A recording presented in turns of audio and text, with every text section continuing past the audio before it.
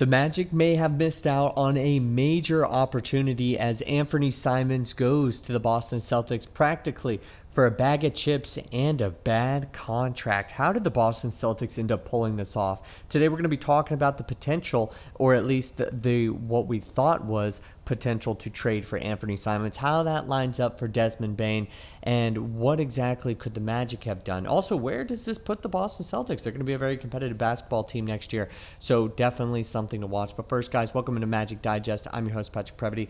As always, this is your one-stop shop for Orlando Magic basketball content here on YouTube. Now, I want to make sure that you guys subscribe to the channel. We keep growing, so definitely thank you guys so much for that, and we're on our way hopefully to 2,000 maybe by the start of this season. We're setting a new little goal there, so if you're watching these videos, make sure that you subscribe. Okay, so if you haven't really been in the loop as far as the last 24 hours for the NBA, it's been a lot. Before I'm even recording this, Kristaps Porzingis just got traded to the Atlanta Hawks, so this kind of changes what the Boston Celtics maybe outlook looks like going into next season. But look, Anfernee Simons was traded for Jrue Holiday and a couple second-round picks, if I can remember correctly off the top of my head. Essentially, not a ton. And honestly, I don't know what Portland's doing as far as this is concerned, but that was the trade for Anfernee Simons. That's exactly what the Boston Celtics had to give up to get him. And if you're the Magic fans, the first thing I saw was, oh my gosh,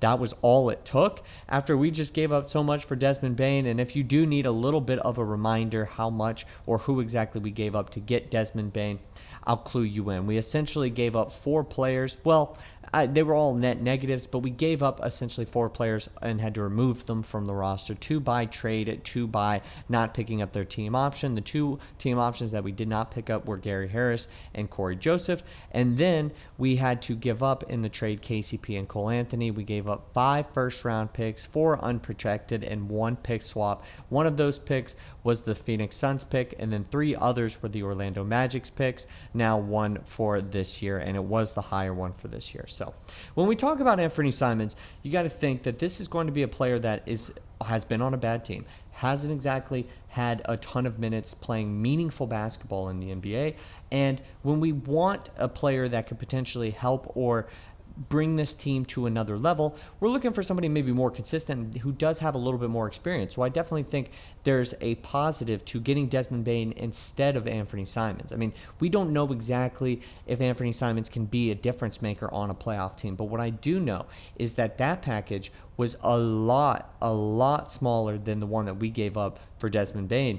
And would you rather end up having those picks if we could have potentially packaged a Jonathan Isaac, a Wendell Carter Jr., along with Cole Anthony or KCP to go get Anfernee Simons with Portland? It's making me start to question what exactly were the conversations like at the trade deadline that Weltman wasn't able to get this deal done. Or maybe this team didn't like Anfernee Simons, which does bring me back to that original point that we started all of this with, and that is, can he be that 3rd/4th best guy on a championship contending team? Is he somebody that really truly fits exactly what the Orlando Magic need? We know that Desmond Bane is an absolute sharpshooter. And if Jalen Suggs is out, this guard rotation is, I wouldn't say it's thin, but I think we like Anthony Black, and then now you have Desmond Bane, and it doesn't go too much deeper than that, especially if you're thinking playoff rotation, but he fills that role. He fills that need, and that's a major plus. And would Anfernee Simons be able to do that, step up and be that bona fide third best player if Jalen Suggs is out? I think that was a question maybe the front office asked, and I think they said no. And they also wanted to ride out this past season. Obviously, they probably should have given up on some of those guys a little bit earlier, maybe specifically KCP, or maybe traded Cole Anthony at the height of his powers, which was probably the trade deadline, but I don't know how much they would have ended up getting for him. And, the Portland's not in a competing mode, so obviously that probably wasn't the exact market potentially looking for a guy like Cole Anthony. But obviously, we're thinking, could the Magic have cashed in? I definitely like to think so, and we threw out 100 different other names during the trade deadline, and I'm very curious as to see how those, or what kind of packages those guys end up going for, because a lot is falling right now in the NBA. Since that KD trade went down, we've seen Simons go, the Porzingis trade just dropped moments before I'm recording this video. A lot of different stuff is happening, and it still seems like the biggest deal was the Memphis Grizzlies, at least for what they ended up having to give away. because even the Phoenix Suns were able to get Jalen Green in the 10th overall pick, plus a couple other stuff, Dylan Brooks, as well as a 5 second-round picks, but you're still giving up KD. So is that kind of all relatively about the same? I don't know, but this Magic team had to give up a lot for Desmond Bane. But where does this put the Celtics next year? I think this is an interesting conversation because I think a lot of us are kind of assuming that the Magic are going to be some of the front runners in a sense, or a part of the front runners, not the bona fide number one team in the Eastern Conference, but they're going to be one of the top teams competing for an Eastern Conference championship, to make it out of the Eastern Conference Finals, make it to the finals, take that next step. And I think we counted 3 teams that weren't going to be here from last year: the Boston Celtics, the Milwaukee Bucks, and the Indiana Pacers, all because of injuries, all because of an Achilles injury. Now, what this does for the Boston Celtics is, if Anfernee Simons is that guy and he can play meaningful basketball, these guys a French 20-point per game scorer.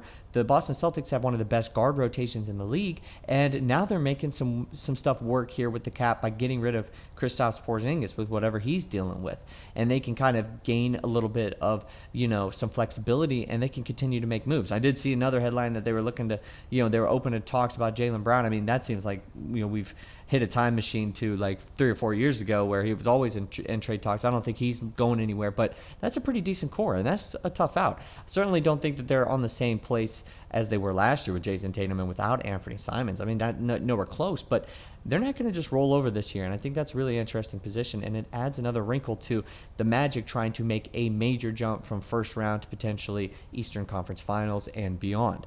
Now, overall feeling about the Blazers' direction, just because I feel like it is worth mentioning, it doesn't really make as much sense why they would take on the Drew Holiday contract, which is longer than Anfernee Simons. I mean, Anfernee Simons is practically a rental for Boston. They get a low-risk, high-reward scenario, yet Portland gets a guy who doesn't even fit their timeline, could potentially hurt their flexibility in a couple years, and is making a ridiculous amount of money, and also regressing.